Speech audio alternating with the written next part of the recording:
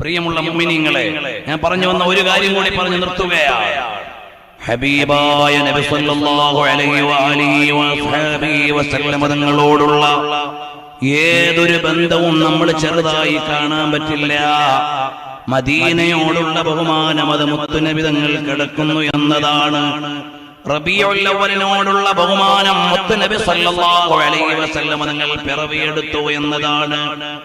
എല്ലാ വർഷവും 52 ദിവസം നമ്മുടെ നബിദിനം ആഘോഷിക്കുന്നുണ്ട്. അതേതാണ്? യൗമുൽ ഇസ്നൈൻ. 52 ദിവസം ആദം നബിയുടെ ജന്മദിനം ആഘോഷിക്കുന്നു. അതാണ് യൗമുൽ ജുമുഅ. 52 ദിവസം മുത്തുനബി തങ്ങളുടെ ജന്മദിനം ആഘോഷിക്കുന്നു. അതെന്താണ്? ഫീഹി വുലിത്തു, മുത്തുനബി തങ്ങൾ ജനിച്ച ദിവസമാണ് യൗമുൽ ഇസ്നൈൻ. ആ ഹബീബായ സല്ലല്ലാഹു അലൈഹി വസല്ലം തങ്ങൾ പിറന്നു എന്നതാണ്. തിങ്കൾ ദിവസത്തിന്റെ ബഹുമാനം, റബീഉൽ അവ്വൽ മാസത്തിന്റെ ബഹുമാനം, മദീനയുടെ ബഹുമാനം മുത്തുനബി തങ്ങൾ കിടക്കുന്നു എന്നതാണ്. മക്കയെ അല്ലാഹു നിശ്ചയിച്ചത് ബലദുൽ അമീൻ, അൽ അമീന്റെ നാടായിട്ട് വെച്ച നാടാണ് മക്ക. എല്ലാം മുത്തുനബി തങ്ങളുടെ വിലാസം അടയാളപ്പെടുത്താനുള്ളതാണ്.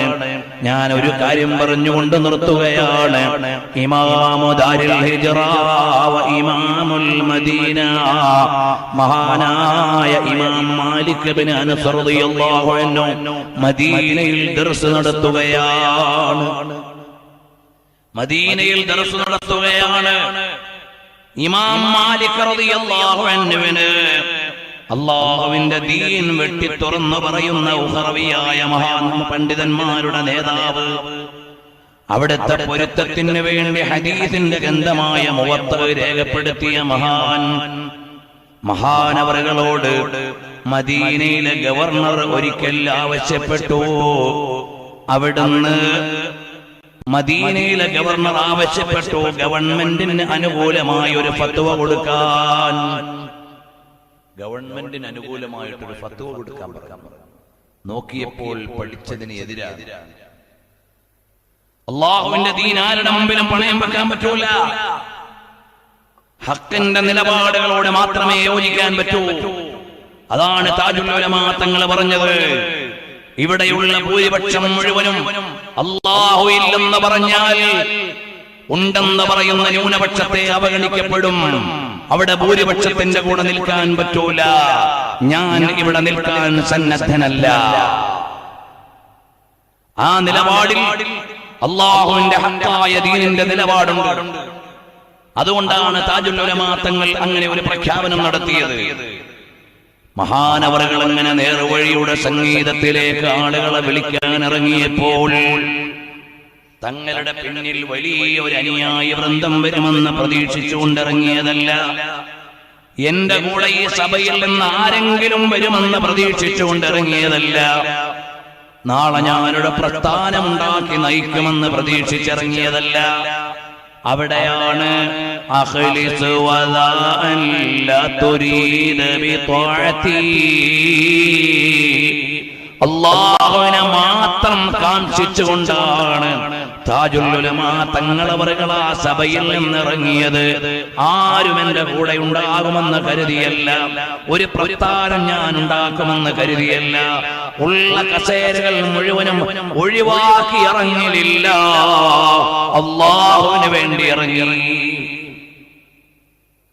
അപ്പൊ തങ്ങൾ പാപ്പയുടെ മനസ്സിലും മുന്നിലും ഞാൻ പഠിച്ച ദീൻ അത് പണയം വെക്കാൻ പറ്റൂല എന്ന് മാത്രമേ ഉള്ളൂ. അതാണ് ഖുലൂബുൽ അയിമ്മ, മഹാന്മാരായ ഇമാമുകളുടെ ഖൽബുകൾ. ഖൽബ് കൊണ്ട് ലോകത്തെ മാറ്റം വരുത്തുന്നു എന്ന് പറഞ്ഞത് അവിടെയാണ്. ഹൃദയം കൊണ്ട് ലോകത്തെ മാറ്റിമറിച്ച ചുരുക്കം ആളുകളെ കാണൂ. അങ്ങനെ ഹൃദയം കൊണ്ടുള്ളൊരു പരിവർത്തനത്തിന്റെ നായകത്വം മഹാനവറുകൾ ഇറങ്ങി വന്നു എന്നതുപോലെ ഇമാം മാലിക് ഇബ്നു അനസ് റളിയല്ലാഹു അൻഹു അവിടുന്ന് കണ്ടില്ലേ, ഗവൺമെന്റിന് അനുകൂലമായി ഫത്വ കൊടുത്താൽ ഞാൻ പഠിച്ച ദീനിന് എതിരായി പോകും. അതുകൊണ്ട് ഗവൺമെന്റിന് അനുകൂലമായി ഫത്വ കൊടുക്കാൻ പറ്റൂല. മഹാനവറുകളെ ഭരണാധികാരി ജയിലിൽ അടച്ചു. ഒരുപാട് പീഡനങ്ങളും മർദ്ദനങ്ങളും ഏറ്റു. അവസാനം ഇമാം മാലിക് ഇബ്നു അനസ് തങ്ങളെ കണ്ടാൽ ഇത് ഞങ്ങളുടെ അനസ് എന്നവരുടെ മകനാണോ എന്നാളുകൾ സംശയിച്ചു പോകുന്ന രൂപത്തിൽ പരിക്ഷീണിതനായി പോയി. അപ്പോഴും മഹാനവറുകൾ പതറിയില്ല. ജയിൽ മോചിതനായി. ഹാറൂൻ റഷീദ് അറിഞ്ഞു മഹാനായ ഇമാം മാലിക് തങ്ങളെ അകാരണമായി ജയിലിൽ അടച്ച് പീഡിപ്പിച്ചിട്ടുണ്ട്, മർദ്ദനങ്ങൾ ഏറ്റുവാങ്ങിയിട്ടുണ്ട്. അങ്ങനെ ഹാറൂൻ റഷീദ് മദീനയിലേക്ക് വന്നു. എന്നിട്ട് പറഞ്ഞു, ഓ ഇമാം മാലിക് എന്നവരെ, നിങ്ങളെ ഇവിടുത്തെ ഗവർണർ ജയിലിൽ അടച്ചത് അകാരണമായി അന്യായമായിട്ടാണെന്നറിയാം.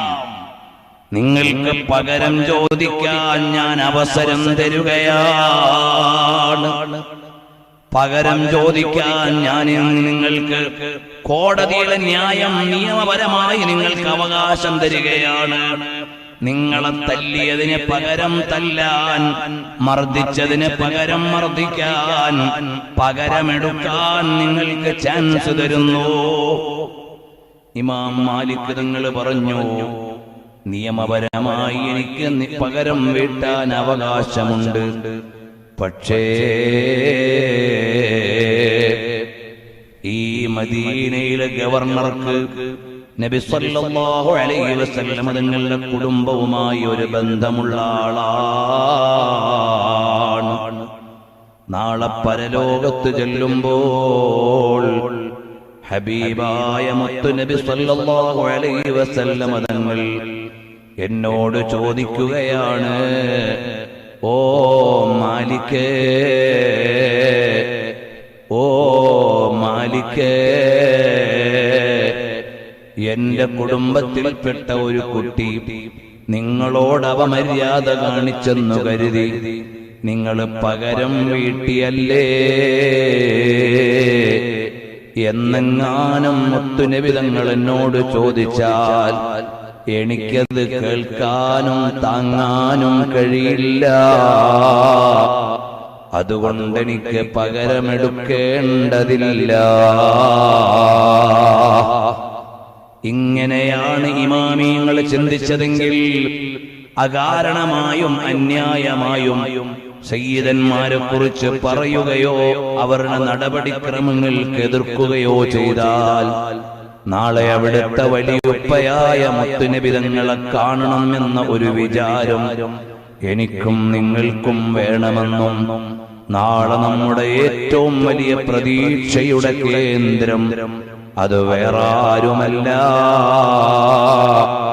അലോ റസൂലില്ലാഹി ആലിൻ മഖാമുഹും വആലു റസൂലില്ലാഹി സൈനുൽ മഹാഫിലി വആലു റസൂലില്ലാഹി ആലിൻ മഖാമുഹും വആലു റസൂലില്ലാഹി സൈനുൽ ജഹാഫിലി. താജുൽ ഉലമാ തങ്ങളെ അനുസ്മരിക്കുന്നത് മുത്തുനബി തങ്ങളുടെ പേരക്കുട്ടിയായ ഒരു സയ്യിദിനെയാണ്. അവിടുത്തെ വാരിസായ ആഴം കണ്ട അറിവിന്റെ ഉടമയായ ഒരു ആലിമിനെയാണ്. രാപ്പകലുകൾ ഹയാത്താക്കിയ ഒരു ആബിദിനെയാണ്. ഒരു സമുദായത്തെ ഹിദായത്തിന്റെ വഴിയിൽ നയിച്ച ഒരു ഖായിദിനെയാണ്, ഒരു നേതാവിനെയാണ്. അല്ലാഹുവിനെ അല്ലാതെ ഭയക്കൂലാന്ന് പ്രഖ്യാപിച്ച ജീവിതത്തിൽ പുലർത്തിയ ഒരു വലിയ തഖ്വയുടെ ഉടമയാണ്. ഇതെല്ലാം ഒത്തിണങ്ങിയ വ്യക്തിത്വങ്ങൾ കാലത്തിൽ അധികമുണ്ടാകില്ല, അപൂർവമായി മാത്രം ലഭിക്കുന്ന സൗഭാഗ്യങ്ങളാണ്.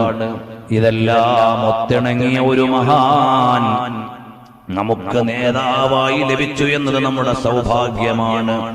അവിടുന്ന് വിശ്രമിക്കുന്ന ഖബറു ശരീഫ് ഇവിടെയാണ്. നാട്ടുകാരെ, അല്ലാഹു നമുക്ക് നൽകിയ വലിയൊരു അനുഗ്രഹമാണ്. ഒരു സയ്യിദിന്റെ വിശ്രമസ്ഥാനം ഇവിടെ ഉണ്ട് എന്നത് ഇപ്പോൾ ഞാൻ വിശദീകരണങ്ങളിലേക്ക് കടക്കുന്നില്ല. അല്ലാഹു തആല നമ്മെ എല്ലാവരെയും കബൂൽ ചെയ്യുമാറാകട്ടെ.